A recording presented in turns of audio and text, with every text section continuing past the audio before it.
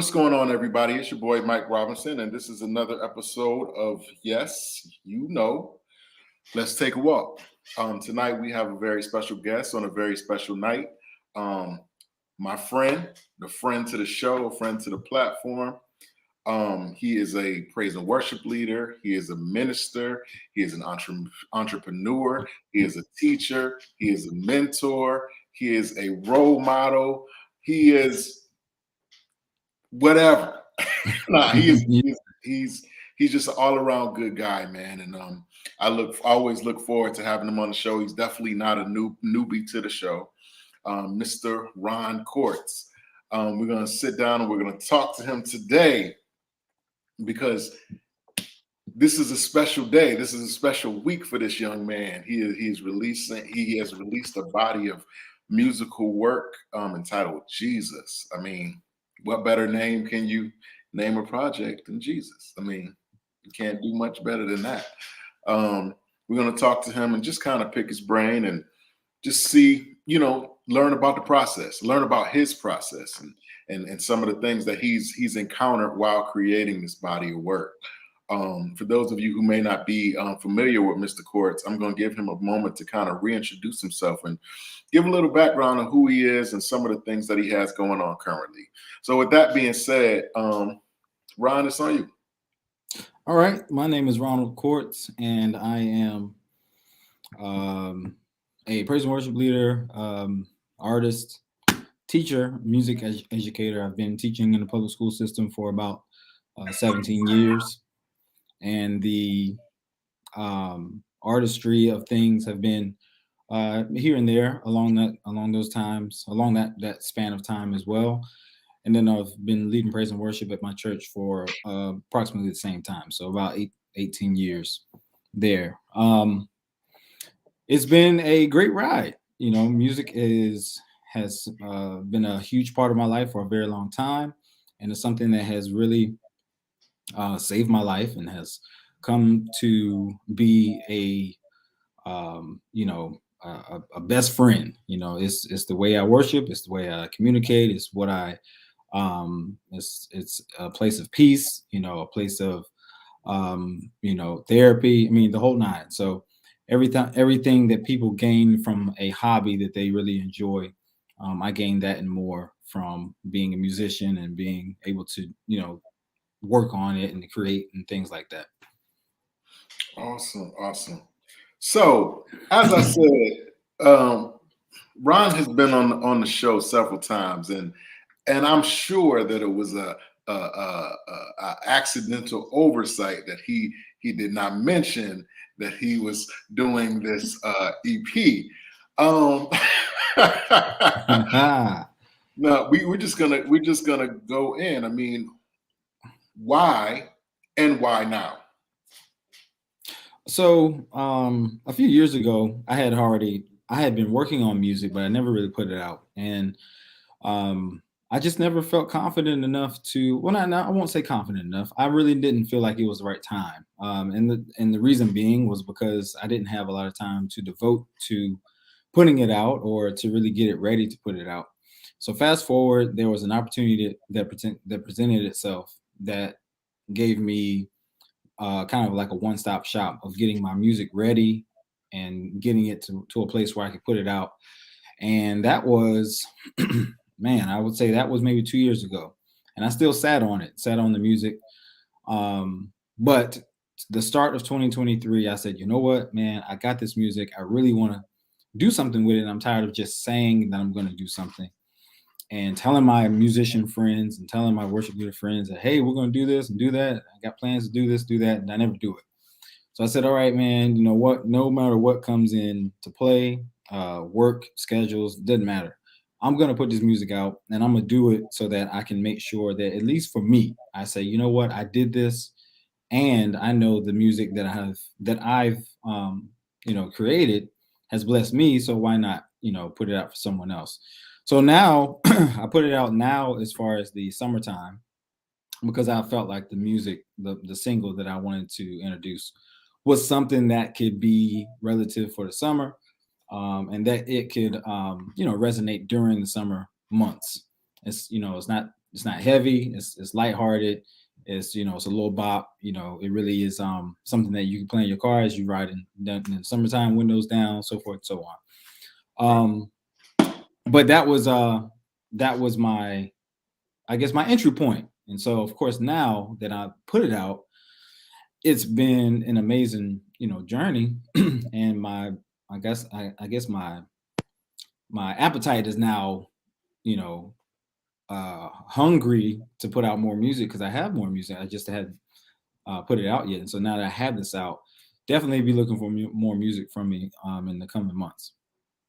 That is awesome. So what you're saying is, or what I think I'm hearing you say is that you are in full-fledged artist mode now. Yeah, yeah. You know what? It's funny you say that because I hadn't always considered myself that. I was kind of like a dual thing where I was worship leading or a musician, also an artist, so forth and so on. But it really is one of those things that once you step out and do the first steps or do the first initial move, then it's like, oh wow, I can do this. Okay, let me see, based on what else I have written, what else I have, created. Let me see what else I can do with this. And the confidence to do it and to do it well is just, it just oozes out of you once you put your first project out. Mhm. And to be honest with you, of course I expect this project to do well. I expect it to go far, so forth and so on. I'm not gonna say I don't, but at the same time, I really did do it for me. I didn't do it necessarily to get it on the radio yet or to get it out into international space yet, but I did do it for me. And I think that's for any artist. If I was to say something to an artist about stepping out there and putting your work out there, even if you don't necessarily feel like it's the right timing, do it for you first. And if the music blesses you the way it has when you created it and when all of that, it will definitely speak to somebody else. Awesome. You there's a recurring theme since we started the conversation, and that word is confidence. Yeah. Confidence within this process, like in regards to feeling what music, because you said you had multiple songs or whatever. What role did confidence play in even choosing the songs that you chose to put out at this point? That's a great question. I think the songs, well, one, the songs showcased my ability, I believe, in a good light, in the best light. It wasn't something I was nervous about as far as, hey, will this song work with this audience or this and that. I think it showcased my abilities in the best light. And then two, one of the songs I did it at my church on a regular basis. I would do it at the church on a regular basis. And so seeing the reaction there helped with, I think this song could do something further outside of the four walls of this church. And so that was an easy, option to choose from because I knew, just based on when I wrote it, that it was going to be something that spoke to people in a way that was very tangible. And so, yeah, I think this first offering from me is to the heart, is from the heart to the heart. And it is something that is, I believe, will really speak to people, And I'm not just saying that because I've heard artists say that. I know that it's something that you definitely say because we take our craft and our songs very personal. They're like our babies. You really want people to handle them with care. Some people might like them, some people won't, and it's okay. That's understandable. But on the flip side of that, when you know that you're writing from a place of experience and you're writing from a place where it has impacted you first, you're not making it up. You're not trying to conjure up some reaction that you don't know of. No, these songs, it really did speak to me first. So, yeah. I was listening to all the songs, and one of the things that really stood out to me was just, it wasn't even the lead vocals or whatever. It was the backgrounds and Mhm. the little accoutrements Okay, all right. came that came along with what you were doing. And my question to you is that, do you hear those initially, or are those things that you hear once you've laid the song down? It's like, oh, okay, I can put this here or put that. I hear this or put that there. It depends, honestly, but majority of the time, I get it while I'm creating it. So it's not like Wow. yeah, like I'll create it and then go back. It's while I'm doing it, and I think that it helps being a musician too, because you're able to hear those things. Um, and so it's funny, man. A lot of this stuff, like I said, I recorded a long time ago, but I really didn't have any one particular in mind when I was doing it. I was just literally creating. You just, creating what I heard and what I wanted to do from the heart. And so I think some of that stuff, it really resonates in that way, because it's not necessarily stringent. It's very organic, I should say. So yeah, it comes during the process. Wow. Wow. Um, let's talk about the songs individually. Like Okay. Jesus. Um, what what was is there a story behind that process, behind the process of creating that particular song? Um, Yeah. So the basically the process was, I wanted something lighthearted, but I wanted it to be a real message, a simple message, but a real one, and something that people could really understand easily, but was easy enough to sing to. There wasn't something that was difficult for them to grasp in any way, lyrically or vocally. You could sing to it, and catchy enough. So all of those things are what I was thinking when I wrote it. And it wasn't necessarily something that I wanted to be, um, super difficult musically either, because it really isn't. It's one of those songs that I wanted it to be something that you could gravitate towards and easily, while also understanding, hey, this is not an inspirational song. This is a song about Jesus. This is not something that you have to guess. If you wanted to know where you could play it, I mean, this is we talking about who we talking about.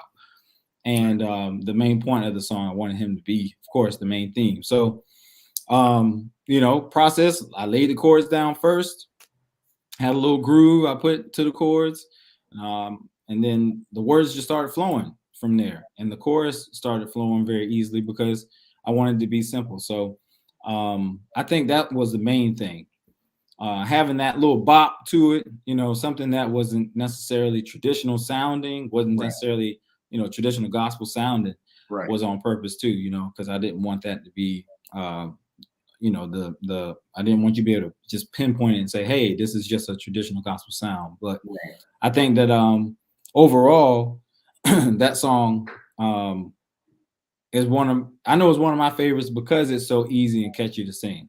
Mhm. Was that the first song? Like, are these necessarily in the order that they were created, or? No, I want to say No Limits was first. And I wrote that. So since we're going to the next one. So yeah, No Limits, I believe, was first. And I want to say I wrote that in 2012, maybe. So we Wow. talking 10, 11 years ago. Wow. And it was during the time where, and I think I said this on a live, it was during a time where I felt I felt stifled, I felt constrained, and I felt like my life was imitating that or relaying that. And so I was at the piano one day, and I'm a music teacher, so I was at my school on a break. I was in my classroom. There's a piano in my classroom. I was just sitting there on the piano playing a little bit. I started playing these chords and start singing to it, and the words started coming, to the song. And so every sickness and poverty, all kinds of diseases have no place in me. Every struggle, all doubt and fear must be removed when your presence is here. And I was basically wanting to name things that were limits on people, Right. that when you are presented with the opportunity. So I stand right now with my hands out and my voice is raised, giving your name praise. Only you, oh Lord, are the one who can change my life. So I'll take the limits off. And so that's where that came from. And then moving to the bridge where it says, nothing will ever hold me back, no limits. This is my season, no limits. And so I wanted to end it on a high note, making sure people understood that yes, you have these limits, and yes, they, even though they may have been put on by yourself, but you may have had them on, that you can live a life without them, and that this is your season, no limits. And so the first time we did that song in my ministry, you would have thought, some big name artist was in the building. I mean, it tore up the service. And it shocked me, man, because like I said, it was personal. It wasn't something that I wrote for anyone. I wasn't trying to be signed or, it was something that I wanted to write for me. I wanted to sing it in our church and for our ministry, but that was it. And so once I saw the reaction, I saw the response, of course I wanted to record it, but here, I just told you it was 10, 11 years ago. So a long time has passed before, I actually got an opportunity to record that. And sometimes it happens that way, but that song, it definitely is a personal favorite of mine because it is so, personal to me. What's interesting is the fact that you are a Christian artist and you are promoting Christian themes, much like the Bible. The Bible never changes. The word never changes. It's a principle that transcends every era, every century, every season, every trend, every style. And so when you said that, I was thinking, I immediately heard the word Bible, the word, what I'm saying? When you are expressing the word, you understand that the word stands on its own. It doesn't expire. It doesn't rot. It doesn't mildew. It's what I'm saying? It's true. Wow. And it holds no matter what year it is, no matter what the situation is. And so, but I definitely get what you're saying. Absolutely. So good. Tell us so good. And by the way, that's I gotta say, so far that's the one. Okay. So tell me what's up with So Good. All right, so Good was really something I kind of played around with. Like I wanted to experiment with the sounds. I wanted to experiment with the message, what I'm saying? It wasn't something that I necessarily gave. It wasn't something that, like Jesus, where I was kind of methodical in how I wanted to do it. So Good was definitely experimental. And once I stopped and kind of stepped away from it, I said, oh man, you know what? I could kind of put this out if I wanted to. I don't have to sit on this. I could really put this out. And so that's what I did. And that was in 2018 was when I first put it out. And it was really one of those things where I just wanted to see, I did the song, and then from there I wanted to put it out because I was like, hey, you know what? I had fun doing this. Maybe other people will hear that and they'll like the song, and the message, you'll hear it.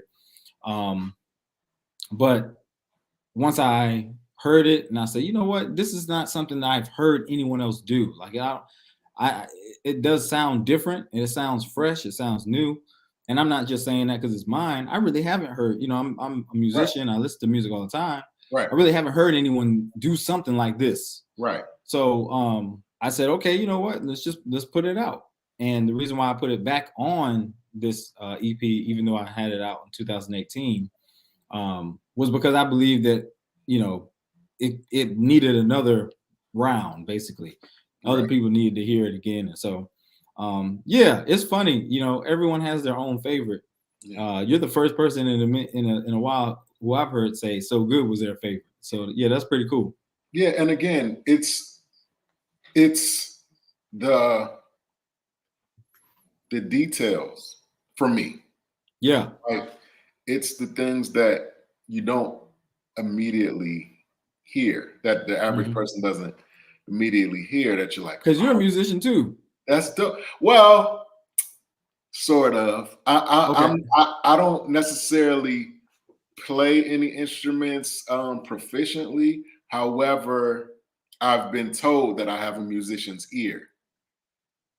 But like I hear, you know, I just listen for, I hear little things that most people, a lot of people don't hear. And I'm like, Yep. oh, that's dope. That's why I immediately gravitated to the background vocals of each song. Cause I was like, man, I was wondering how you did that. You know what I Yeah. mean? Like, I was like, how many takes did he have to do some of those things he was doing? But that's really amazing.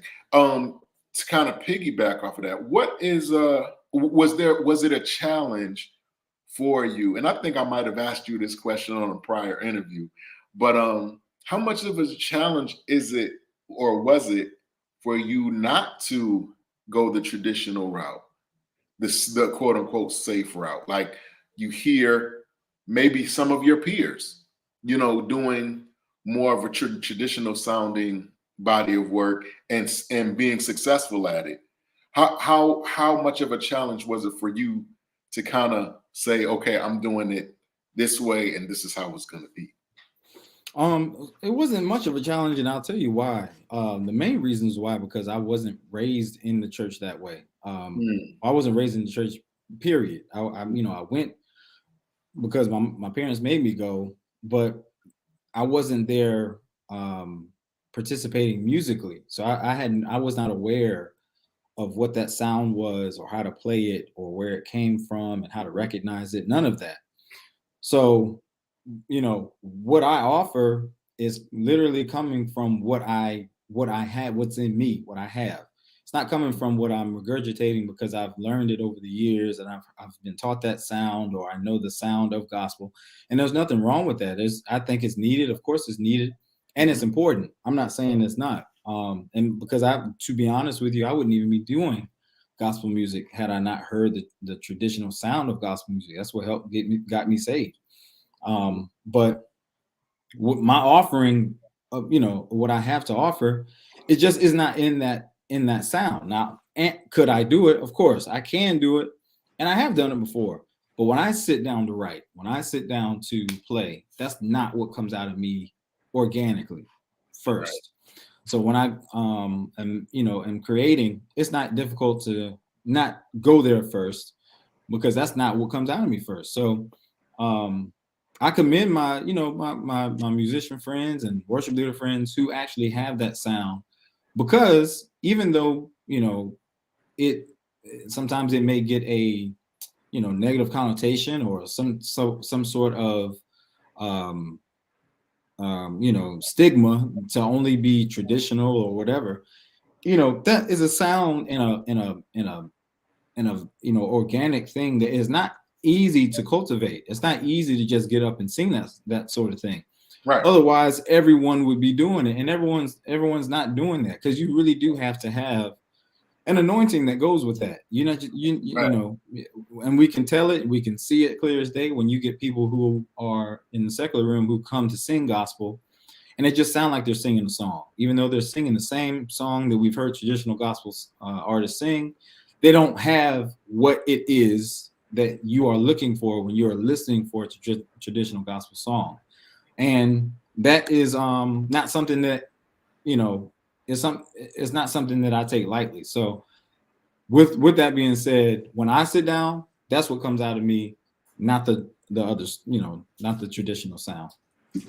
We have a lot of we as I listen to you, I realize that we have a lot of similarities in common. Like, you know, my mom took me to church a lot, but I wasn't necessarily connected to the church and not the music. Matter of fact, the music in the music department, I pretended not to be able to sing so that Really? my friends, so that my friends wouldn't look at me a certain way or they wouldn't pick on me. I pretended not to be able Wow. to. So, but my influences were like New Edition and Yep. you Yep. know, those guys, Guy and Teddy Yep. Riley and those guys, you know what I mean? And so my expression is much like you, is not necessarily what you would expect, you know, what you would expect. So I definitely get where you're coming from. Who are some of the people that kind of had a hand in assisting you in this project? So there was a what was it? There was a process where Todd Delaney was offering some services for recording music. I remember that. Yep. And so what happened was I had the music sitting on ice basically and was wondering how I was going to record it, how I was going to get it mixed and mastered and things like that. And when he put up the special or the package that he had, I was like one of the first people to jump on it. And that's how I ended up being able to record about 3.5, 4 songs with you know, his team. Wow. So yeah, the process was great, man. It was really smooth. I had full creative reign. You know, I told them exactly what I wanted. And basically, I had already had all the music and things written out and all the parts and things like that. So they had a great system, and I worked with them for a good while. I'd say maybe 6 months to a year on some stuff, some stuff, and it was pretty good. I mean, the process was really smooth. So I would say for sure they had a hand in helping produce this project. Wow. Yeah, because it definitely sounds, you know, polished. It definitely sounds professional. Not to say that you weren't prior to, but I'm saying you can pretty much tell the difference. You get what I'm saying? Mm-hmm. I definitely heard it, and I definitely hear the neo soul, the D'Angelo-ish sound on it, the music-ish sound. Okay. You know what I mean? So I definitely dug that. Overall, what has this, when you pressed that last proverbial button to pull the trigger on releasing this, what was that moment like when you actually completed everything and now you've turned the music in for our consumption? What was that moment like? Don't let anybody fool you, man. You get a little nervous. You really do. You get a little nervous. And the reason being is because you want people not necessarily to always just enjoy what you put out, but you want them to gain what your purpose is for putting it out. You want them to experience that. Even if they don't necessarily enjoy the music, you know, as a Christian artist, you want them to be able to enjoy the Jesus in the music. And that's not something that, you know, is taken lightly, not by the person who's created it. So yeah, it's a little nervous, a little anxious at first, you know, making sure that you have everything together, making sure that you have the songs in the order you want, making sure you have the right songs on there. Like all of that, it matters. And so when I finally said, all right, I'm doing it, I hit that button, I let it go. Those were my first thoughts. And then, you know, immediately I made sure I, you know, calmed down. I made sure I understood that, hey, this is something that I am doing. I'm not doing it for them. I'm doing it for myself. I know some will be blessed by this. I know that it will not necessarily be someone else's cup of tea too. But I've also understood that no matter who likes it or who doesn't, if you've been called to put it out, put it out. You know, if this is what you truly believe that you should be doing with this craft or with this artistry that you have. I don't care whether or not it's painting. If don't nobody buy your painting, put it out. Somebody wants that painting. If you write poetry, if you put it out, it is going to help someone and bless someone. Then that someone will tell someone else, and vice and so on and so forth. It's going to be there for somebody, and that is not going to be something that is ever going to be the case if you never put it out. So that's the way I see it. That's a fact. That is a fact. You said a mouthful. Like at the end of every show, I encourage people. I say, if there's something that keeps you up at night, if it's something that you see so clear in your head, any vision, any plan that God has placed in your, step out, man. Put it out, because we all, whether we know it or not, we all have a remnant of folks that are waiting for us to do whatever it is that we're supposed to do in order for them to reach their ultimate destiny, or put them on, or at least put them on the right track towards it. You get what I'm saying? So when you think about it, it's really big. What you're doing is really big. You know what I mean? Not only are you feeding the people who enjoy your music or enjoy music, you're inspiring those who may have felt like, man, I'm not doing that. That's good. Yeah. And I'm not doing that, man. It's just too much, man. Listen, but then they look at Jesus and they say, oh my God,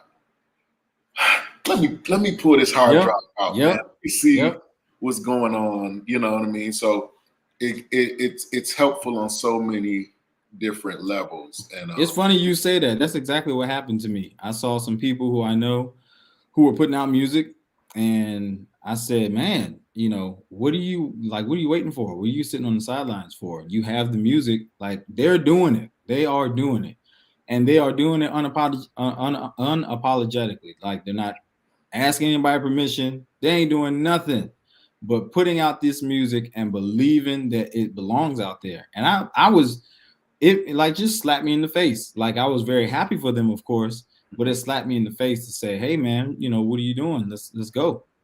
Right. Yeah, it's the same here, man. Like I see, like your people like yourself, and I'm like, I'm opening. I saw that. I'm like, let me. It's time. It's time. But that's really, really, really amazing. What you're doing, and I take my hat off to you and anybody else who has the courage, to put themselves out there in that way. I know it's only been a short time, but who have you been most surprised to find out was aware of what you were put out? Like somebody that may have shocked you was like, oh, this is dope, or I'm aware of this, or whatever.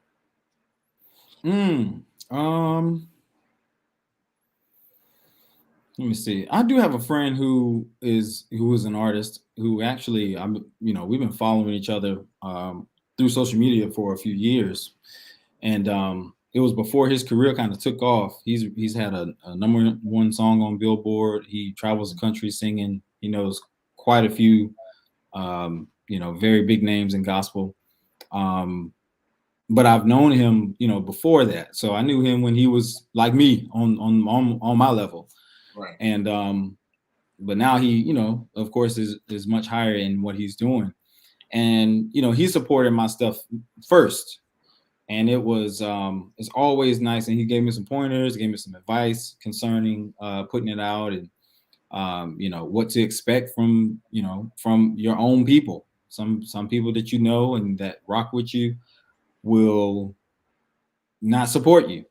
And he let me know, hey man, don't be down by that. Don't be surprised by that. And then there are some people who will support you, who have never met you, who have no idea who you are, no idea where your music has come from, but will support you because they see the new, they see the freshness, they want to know more about you. Right. And so it was great to hear that from him, because he didn't have to do that, and I'm appreciative, of course.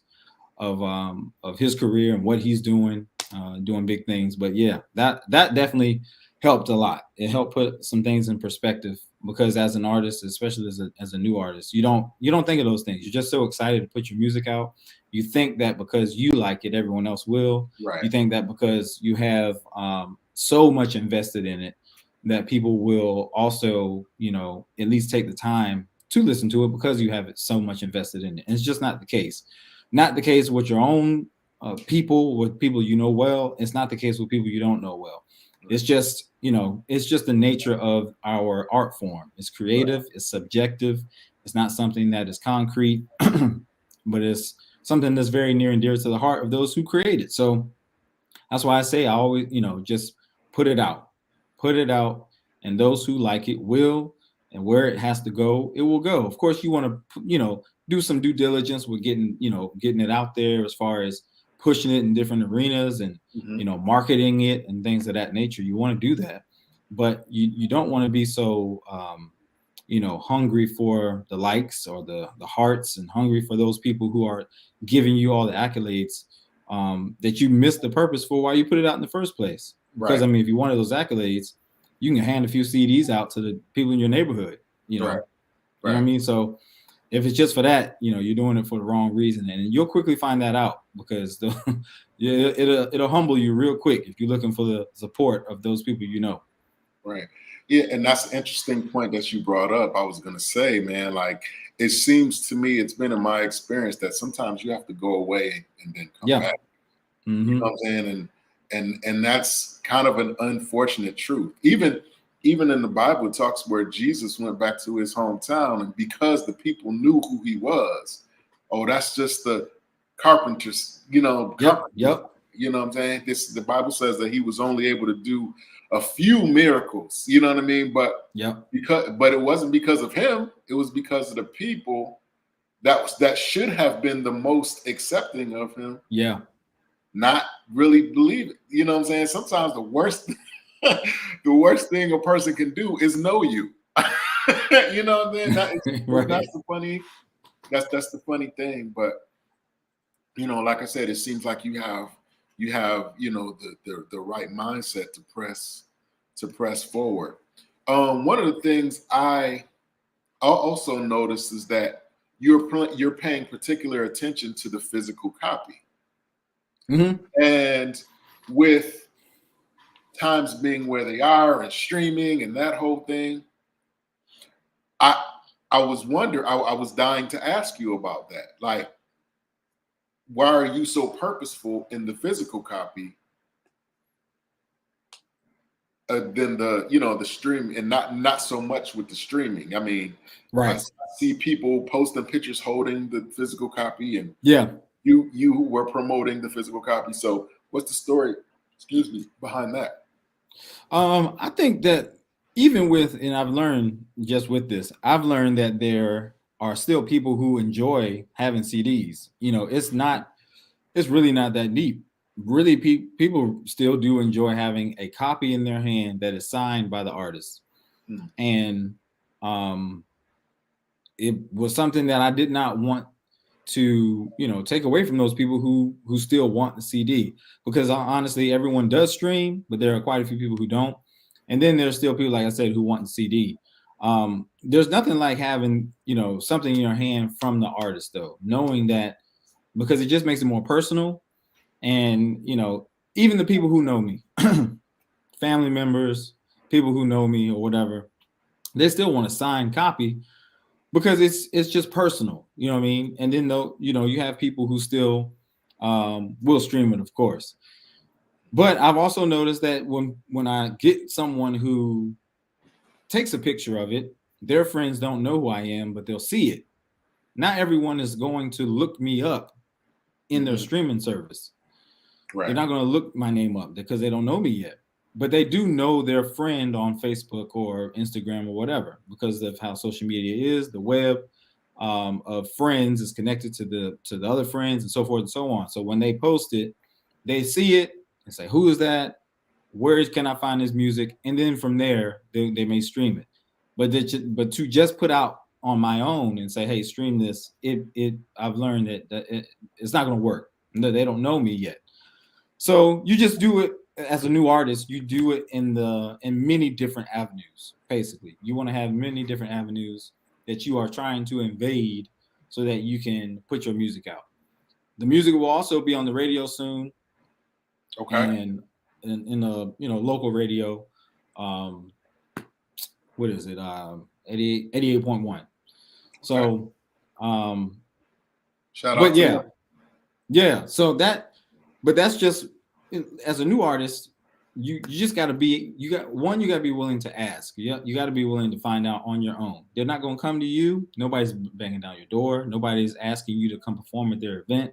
No one is going to do that. You have to be willing to say, hey, yes, I'm gifted. Yes, I'm talented. But if you want to have the exposure, and during this time as an independent artist, you've got to go out and do some of the legwork. Because no one is going to do it for you.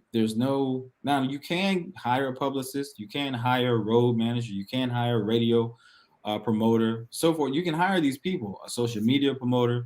All these people help streamline those services for you so that you don't really have to worry about them.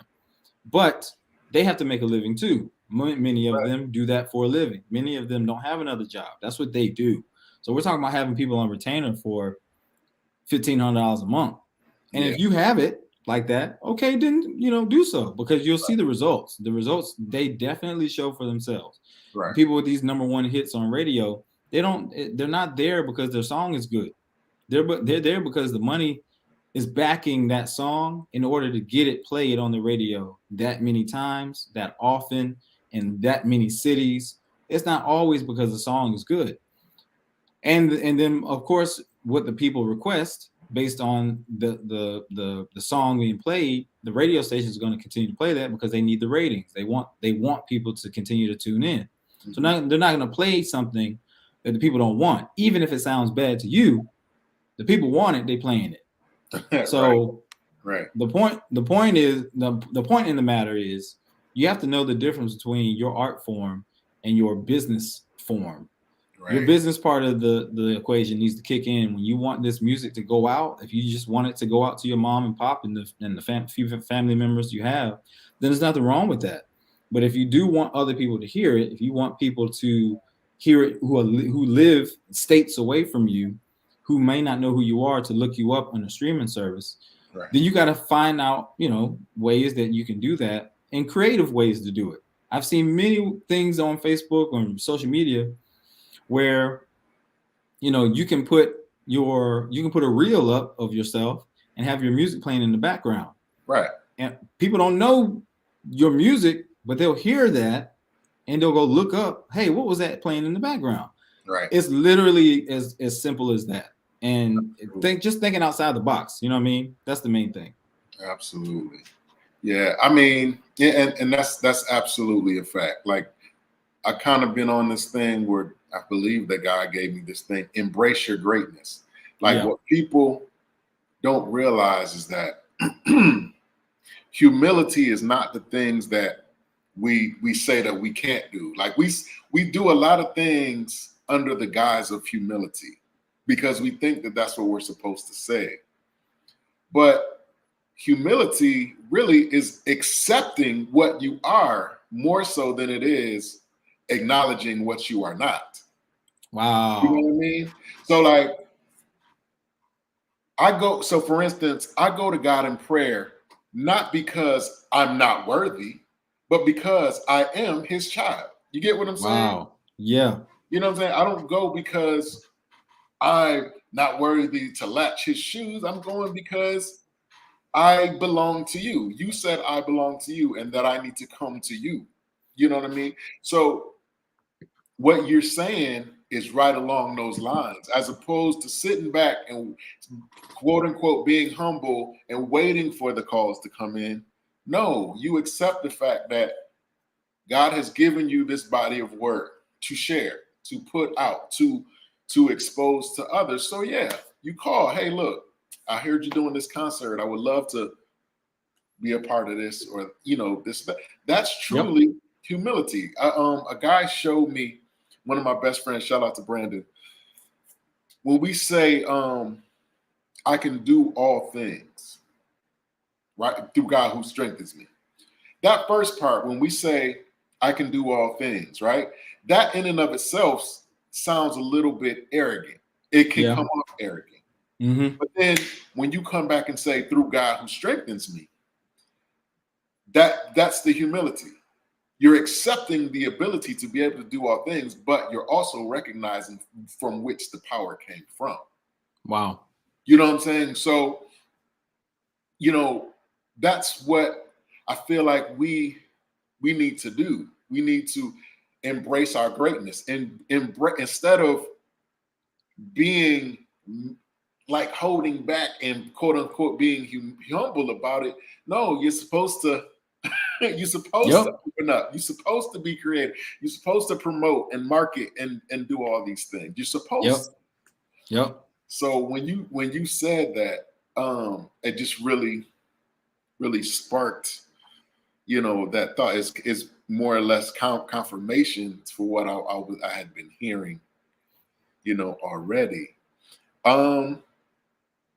What's one thing, if you could name one thing that this whole process has taught you that you didn't necessarily know about yourself going into it, what would you say that one thing would be?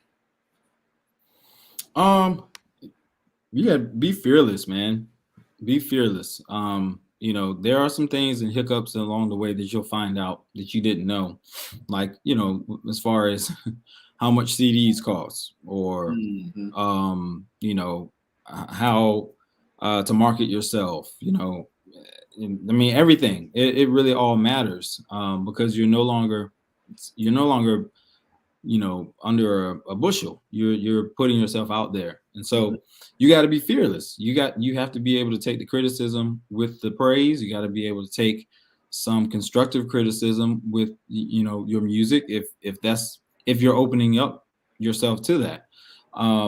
You got to be willing to be told no sometimes, on these, if you want to do a certain event or if you want to put yourself out there to get some new experiences and put your music out in different arenas that you ordinarily have, you got to be willing for them to know what's best for their arena. Your music is great and you believe it's best, overall for what it is you want to accomplish, but you aren't on an island anymore. You're no longer, you may have called the shots to create your music, but you're not calling the shots as it pertains to getting it out into the marketplace. You're no longer doing that. As an independent artist, you have some independence and some autonomy, but you still are under the business of what the music is. And so you just got to be fearless and understand that even if you don't have hey Quincy, even if you don't have all your ducks in a row, that does not mean that you should not start. It does not mean that you shouldn't, go for whatever that is that you want to go for as it pertains to your music. It is not your job to have all your ducks in a row because they're just not going to be. As an independent artist, I keep stressing that because you're not going to have a team behind you. You don't have people who are giving you these pointers along the way, and it's no longer that process anymore where the artist is simply the talent. It's not that way anymore. So because it's not that way anymore, you have to be fearless and know that, yes, I have the talent, I have the gift, but because I know that these people who used to be behind the artist saying, go here, do this, sing this way, don't go here, submit this right here, all of that. No longer is that the case. I have to be savvy enough to know, okay, yeah, there's some bumps in the road that I might not know because I'm brand new to this. I know how to create, I know how to do the music, but the other side of it, I might not know as well. So just step out and do it, learn the process along the way. And as you do that, you'll find that your music side of things, or your business side of things will catch up with your creative ability. And that's where you'll be able to call more of the shots because you can't have the wool pull over your eyes anymore. You start to call game when you see it, as opposed to just having people, take advantage of you in those ways. And will I say that you have to be paid at every event? No. Sometimes you will do events that you won't get paid for. Right. All right. Now that's that. People don't want to hear that. That might be taboo. That might be something that I get fired for. Cancel culture. But right. It is the truth. As a new artist, yes, there are many new artists who are phenomenal and who have such a great gift that they are automatically skyrocketed up to a certain platform that they don't necessarily had to work really hard for. And that's the exception to the rule. That's not everyone. For most of us, we are going to end up doing events that are name events that are events that put us out there in order to get our gift on display, in order to get our project on display, not because this event is going to pay our light bill or it's going to do anything else monetarily. And that's got to be understandable by the new artist. That even when you're fearless, don't let that understanding of you being fearless turn into a place of arrogance, that you are owed this opportunity, that you're owed this this platform, because the truth is, it is still a business. And if you don't necessarily have the following and the backing, you aren't owed that platform. There's a reason why Kirk Franklin, he can ask for what he asked for when he's on a feature of a song. There's a reason why. He's got a track record. We know who he is. We know his music. We know what his music does numbers wise, not just spirit, numbers. We know what his music gets in numbers. So that's what I'm saying. For the new artists, understanding, yes, let's be fearless. But the business side of things is what you'll begin to learn as you go. And you can't be offended by the fact that your music may not do what it needs to do business wise yet. There are some things, even in like you brought up earlier, the sound of the music. We know a good quality of art when we see it and when we hear it. You can hear, the production, you hear the background, all of it. You can tell when it's good quality. Well, that matters because people they don't have to listen to your music when there's such great quality music out there. No one's going to subject themselves to hear subpar production. Nobody's going to do that. And so that matters. And if you can't be offended if the listeners, who are our most important part of this, because no one, if your music is just for you, you can listen to your own iPod, you can listen to, in your own house. But if you're trying to put music out for others, they're the most important part of that. When these listeners hear your music, if they don't necessarily care for it because it doesn't sonically sound like everything else they're listening to, you can't be offended by that. You got to hear that. Okay, constructive criticism, go back to the drawing board, fix it, and then put out the product for them to consume again, and see where you go. That's a mature artist. You go back to the drawing board, you do what you need to do, and then you evolve, And so that's if I could say anything, those two things is what I would say: be fearless and be willing to evolve.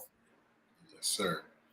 A couple of things I want to say to you directly as an artist. Like, one thing that I have discovered too, and I think that we don't, as independent artists, we don't pay enough attention to.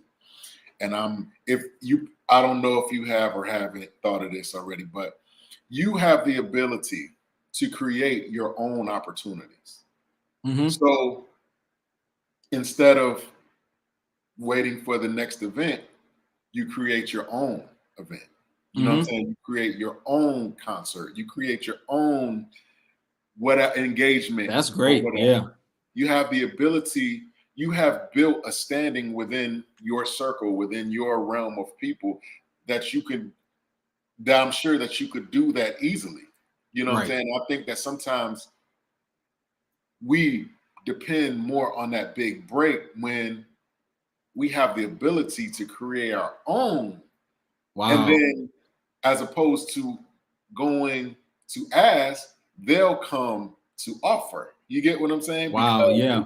created these things for yourself. Like, not only is he writing, producing, and singing and stuff, he's doing his own, he's putting on his own, concerts. That's one of the things I learned as an independent artist that I didn't know about myself. Like, I like putting together events. Like, Right. I didn't know that going into it. It's kind of a fun thing. I like the whole promoting of it, doing the flyers, putting them out, inviting people to stuff like that. I really dig that. And the second thing is when you get to a point where, as you stated, the business catches up with the artistry. What sometimes happens is that you become so proficient in the business and you become concerned with the business to the point where it squelches your creativity.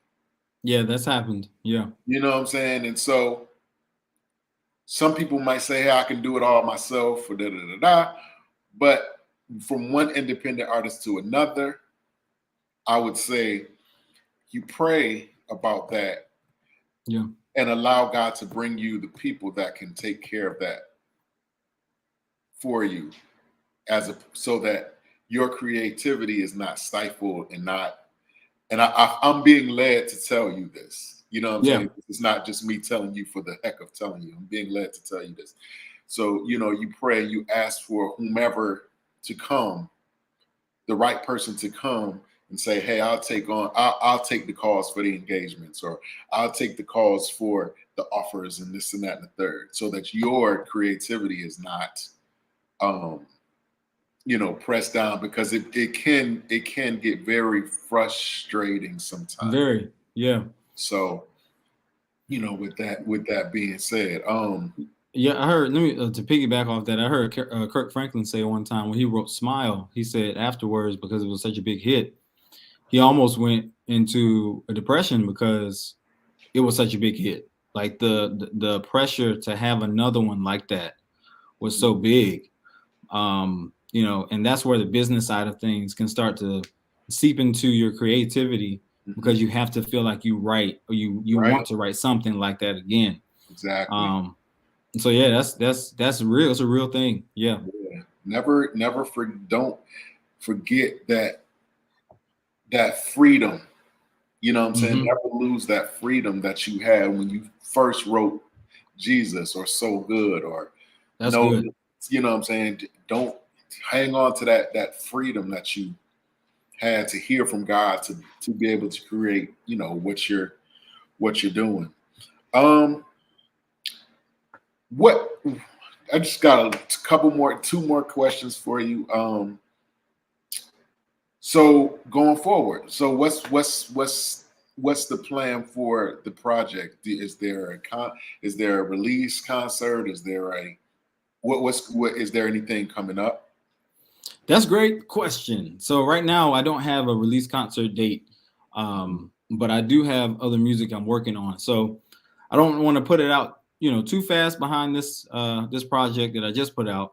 But right now it's promoting it. I can't get it in too many hands. I can't have too many ears hear it.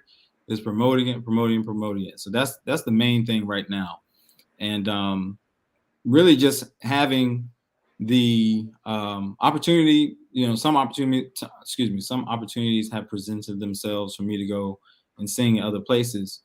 And usually when I do that, I go and sing empty-handed, because I don't have music on me. People ask me, do I have music out?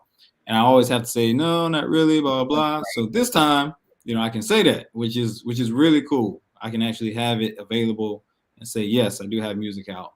And that would be really cool. So yeah, that's the next thing. Yep. Absolutely. Well, when I saw that you were, putting out this EP, I immediately was like, yo, you got to come on. I got to talk to you about this. I got to, help do my part to put your face on a screen. You know what I mean? Because I definitely believe in what you're doing. You know what I'm saying? I definitely believe in you from the interactions that we had, the conversations that we've had. I truly know that your heart, your mind, and your spirit are all in the right place. And so I definitely root for you. I Thank you. definitely, continue to do your thing, because again, like we were talking about earlier, this project is important on so many different levels, and not just the obvious ones. You know what I'm saying? It's people that you have yet to meet or may never meet that will be affected or impacted by what you're doing, maybe even indirectly through, like you said, a friend. You know what I mean? So that's really awesome. And likewise with your platform, man, I wanted to tell you, I really appreciate you doing this, not just with me, but I follow you too. So I commend you on this platform too. Absolutely, no problem, man. It's absolutely my pleasure, and I learn something every time. I learn something every time. And so, especially, we're talking about, what you're doing. It definitely, I'm definitely gonna start messing around in here once we get off. Yeah. I got my hard drive and stuff sitting right here, man. This is my recording studio too. So okay, I got my mics and everything over there. But yeah, it definitely is an inspiration. This is my last question. I've asked you this question before, but I'm going to ask you again, because sometimes, answers change. But overall, here's the question.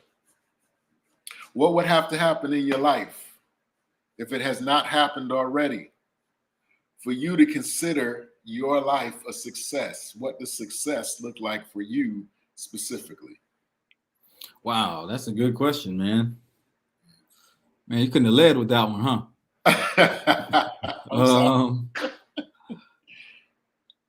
Wow. I will say that God-given purpose be fulfilled. So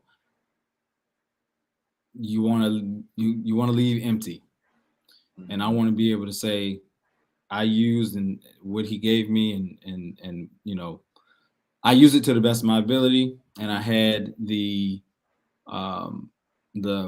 I had His heart and mind when using it. So I would say that would definitely be a success. Awesome. So how do we get the project? How can your supporters get the Jesus Project? So you can definitely stream it everywhere, of course, where you listen to music. You can hit me up for a physical copy. I don't know if you can really see that, but you can hit me up for a physical copy via Messenger, or you can contact me through Facebook, Instagram. It's RA Courts on Facebook. It's Ronald_Courts on Instagram. And I will definitely get it to you. It's only $5. I guarantee you're going to have something on there that will bless you. And I look forward to hearing from you guys. I don't have many copies left because they are selling pretty fast. But if you do so, hit me up. I will get one to you if I have them available. Absolutely. Well, Mr. Courts, I don't want to hold you any longer, because I know you probably have a gazillion things that you need to be doing. But I want to thank you for allowing me to illuminate everything that you've been doing. I know we probably just kind of scratched the surface, but I appreciate the opportunity, and I definitely wish you much blessings on this project and everything that comes as a result from it. Thank you, man. Absolutely. Well, you have an awesome night, man. And again, we got our eyes on you, man. We rooting for you over here. Just keep doing your thing, man. We here. Yes, sir. I appreciate you. All right. You have a good night. All right. All right. There you have it, guys. Another great interview with a great guest, Mr. Ronald Courts.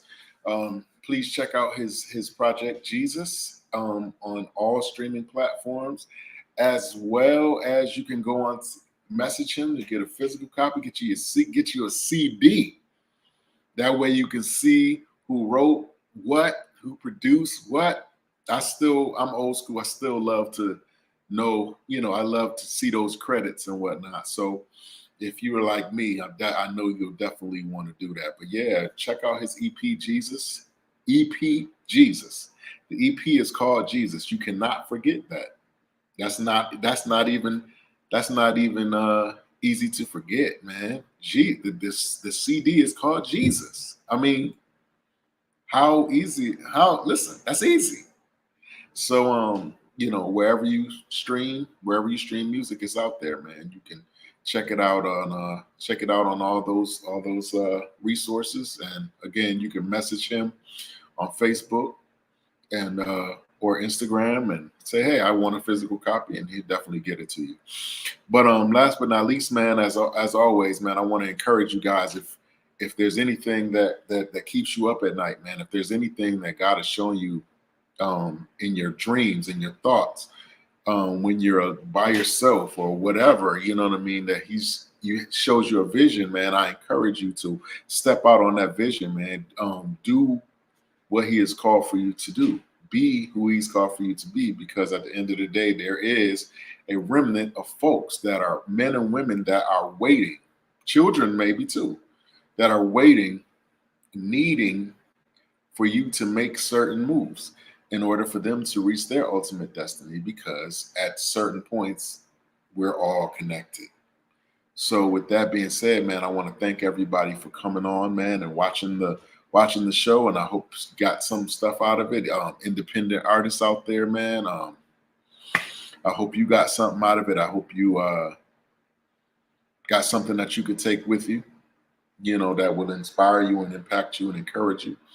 And for whoever else, watches the playback or whatever,